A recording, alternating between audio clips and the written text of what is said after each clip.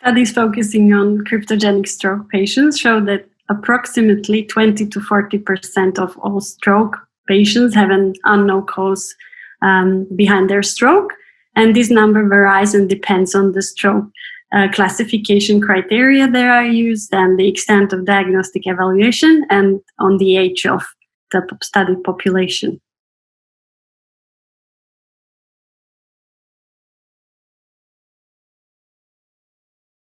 There is currently no specific secondary prevention tailored for cryptogenic stroke patients.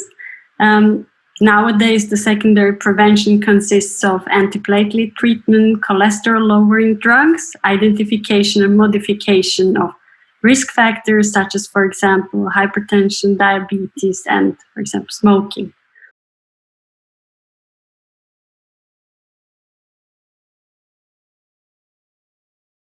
The Nordic Atrial Fibrillation and Stroke Study is a multicentre, prospective observational study of the occurrence of atrial fibrillation in cryptogenic stroke patients. The aims of the study are to assess the atrial fibrillation incidence using insertable cardiac monitors for a period of 12 months and to identify biomarkers as possible predictors of underlying atrial fibrillation by taking blood samples in the acute phase and after 12 months follow-up.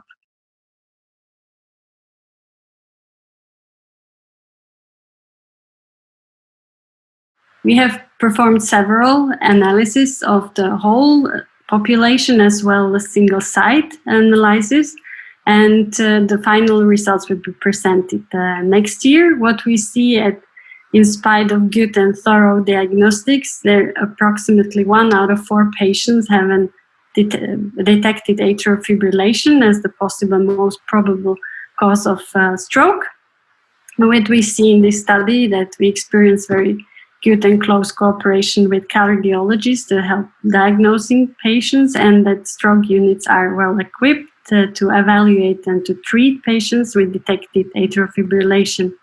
What we see repeatedly is that patients with atrial fibrillation are significantly older than those without this arrhythmia. And in the newest single-site analysis, we found that ischemic lesions in posterior circulation, old ischemic lesions, and especially those in cerebellum, are associated with underlying atrial fibrillation.